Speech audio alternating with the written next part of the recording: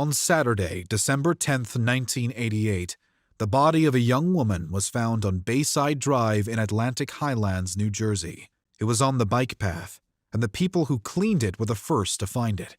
They didn't waste much time and called the police right away. When the police arrived, they started looking around the whole area. When they talked to some people in the area, the police discovered that there was a cleanup event on Saturday along Bayside Drive.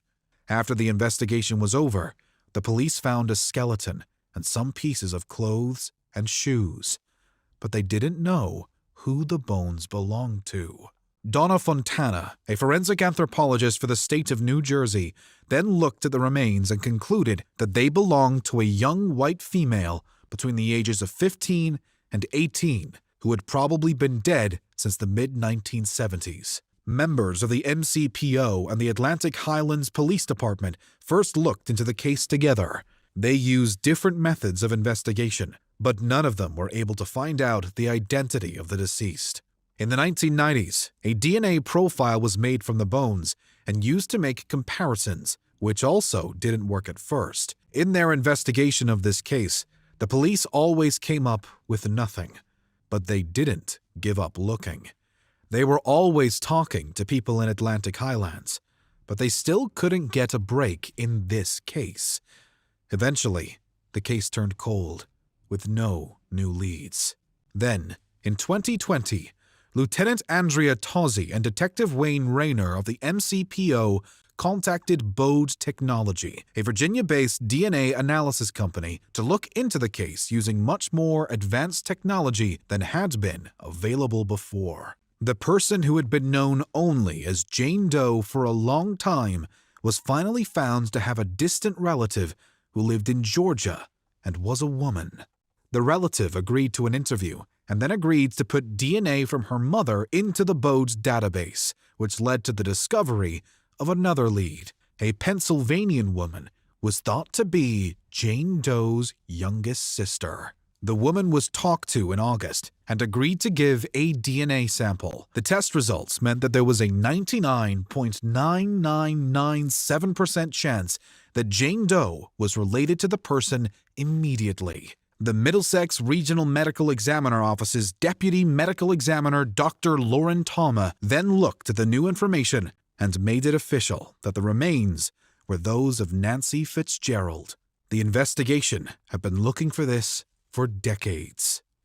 After that, Nancy Fitzgerald's relatives who were still alive were told, and her body was sent to them to be buried.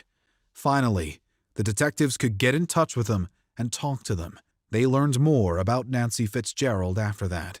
Nancy Carol Fitzgerald was born in New Jersey and grew up in Essex County. Her mother and father had her in 1956. In 1968, her father died.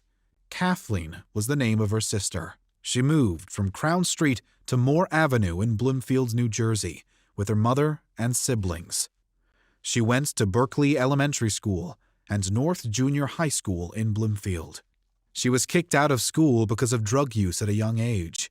A person used to sell drugs to her and other girls in exchange for prostitution. In 1971, she overdosed and was rushed to a hospital by police.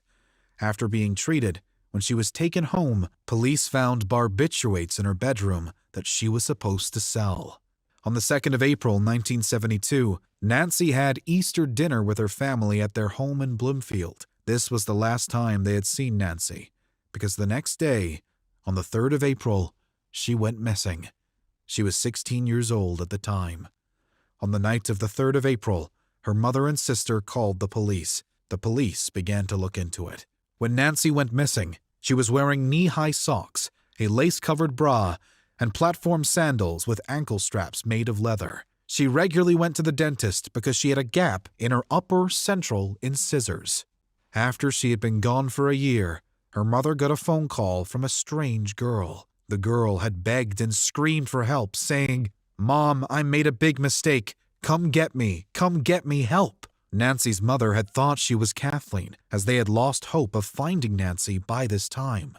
But when Kathleen came home that night safely, her mother realized who it could have been. They contacted the police again, but just as in the past, the police couldn't find anything. Nancy's sister Kathleen traveled the country to search for Nancy over the years, but she also failed to find her sister. Finally, decades later, they got to know what happened to her in 2020 with the results of DNA testing. Raymond Santiago, the prosecutor from Monmouth County, said in a statement, "Today's announcement results from decades of hard work by a network of people whose collective determination and creativity proved to be unstoppable. It's also a sign of our firm commitment to find the truth and serve the interests of justice, no matter how much time has passed or what obstacles might ever get in the way of an investigation."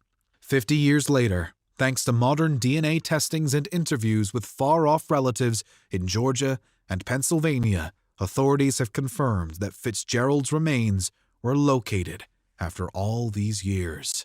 The consistent development in forensic science and DNA testing is solving many unsolved cases around the world. We should be thankful to all the people behind this development.